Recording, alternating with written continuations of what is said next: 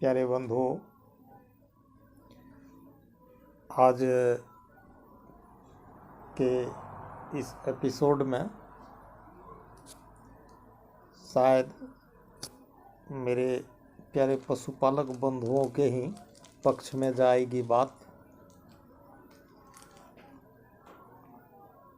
एक दो डिजीज़ का हमने चर्चा किया था। एक बिना बुलाई डिजीज़ है, वह क्या है?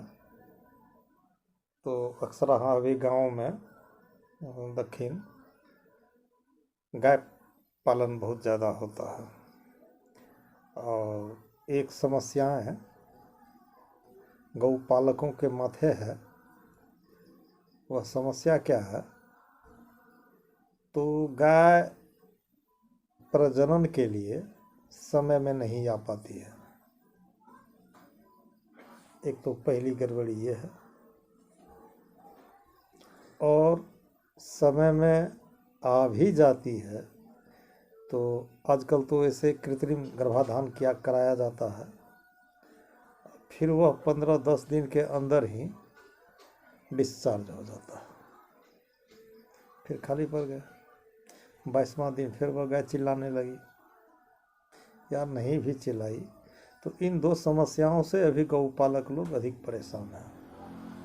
इसको आप समझ गए होंगे कि गाय का समय में नहीं आना, प्रजनन के लिए उत्तेजित नहीं हो पाना।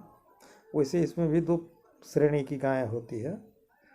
एक तो आवाज़ लगा के संकेत देती है, एक आवाज़ नहीं लगाती है, वह गुम चुप ही रहती है। हो सकता है आपके आगे पीछे कभी उछल कूद कर ली होगी, फीलिंग नहीं करते हैं, ये भी एक समस्या है, इसलिए उसको परख करना पड़ेगा। ठीक है, तो अब इसके लिए आपको साधारण सी 3 मेडिसिन है आपको होम्योपैथ के डिवीज़न में। वह क्या है?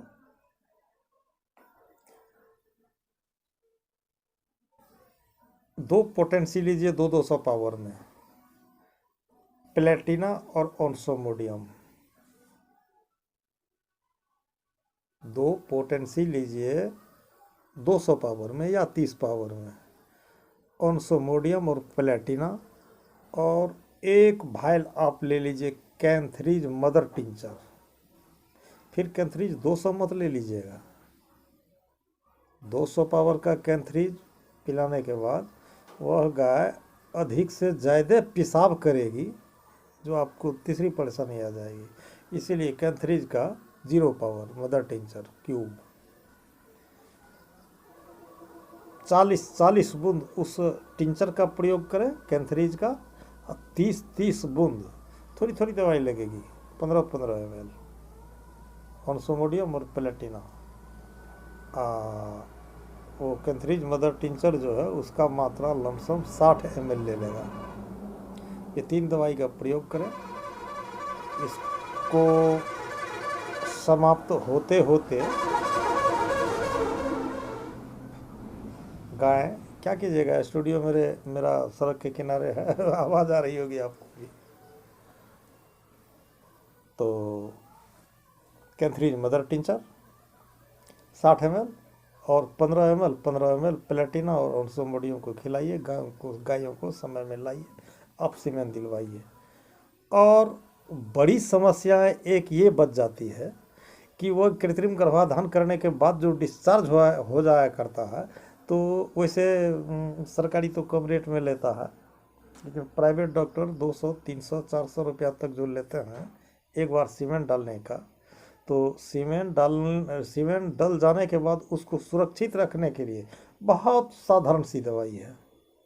हालांकि मैं सुपौल ज़िला से बोल रहा हूँ और खगड़िया ज़िला के दक्षिणी भाग परबत्ता करना से एक आधा आदमियों को फ़ोन करते हैं और पूछते हैं गायों के लिए, इसलिए मुझे ये हुआ कि इसको भी मैं शेयर कर दूँ।